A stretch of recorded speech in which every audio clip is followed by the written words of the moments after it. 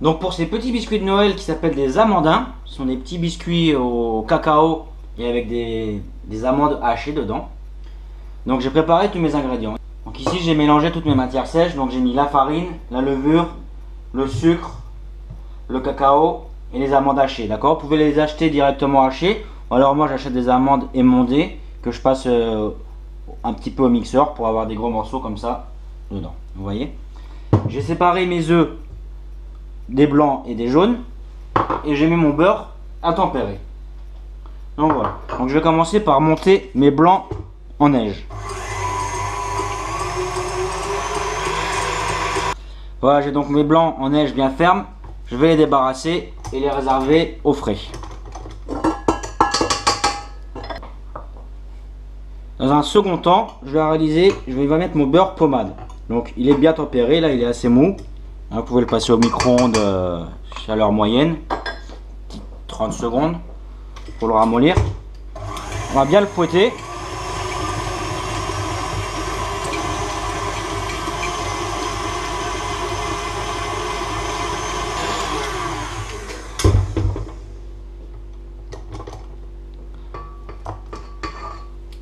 Là, vous voyez, il y a une consistance qu'on appelle pommade.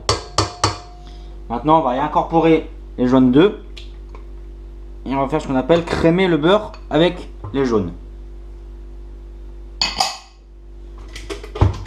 On va tout simplement fouetter le beurre avec les jaunes jusqu'à temps que ce soit bien homogène.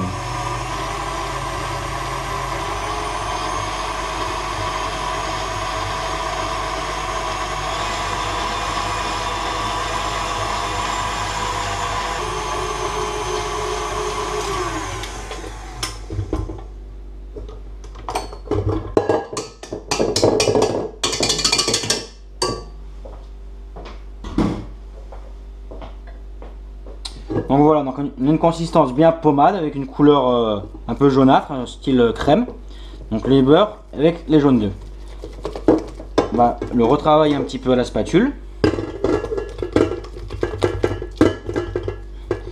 Et on va incorporer cette masse avec les blancs d'œufs. On va incorporer un petit peu de blanc d'œuf dans notre beurre pour alléger un petit peu ce mélange. D'accord? Sinon...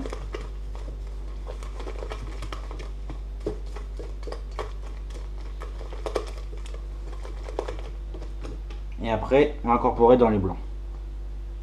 Ça va faire un mélange qui va trancher, mais c'est pas bien grave. Après, quand on va incorporer à notre farine et à notre cacao, ça va faire un mélange bien homogène.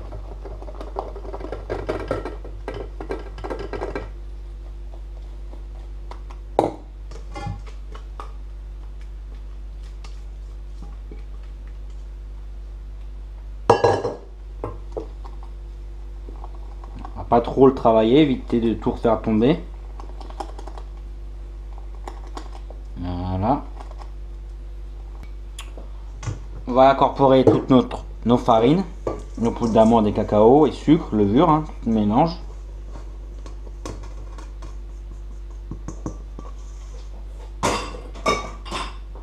Et nous allons mélanger doucement avec le crochet de notre batteur.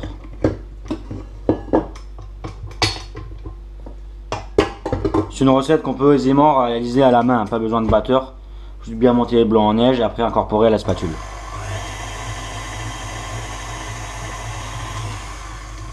Je vais incorporer 2 cuillères à soupe de kirsch.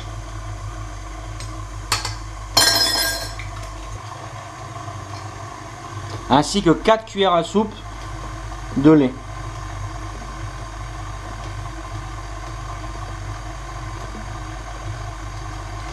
Voilà, le lait on va le laisser là. On va peut-être en rajouter un petit peu afin d'obtenir la consistance que l'on souhaite.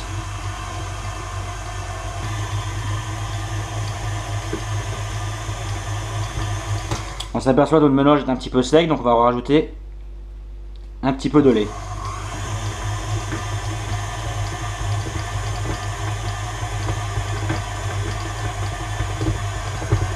On s'aperçoit tout de suite qu'il commence à former une pâte.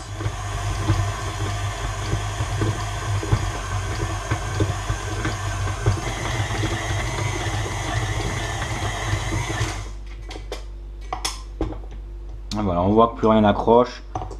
c'est plus trop sec. On va la retravailler un tout petit peu à la main. On va reformer notre pâte à la main.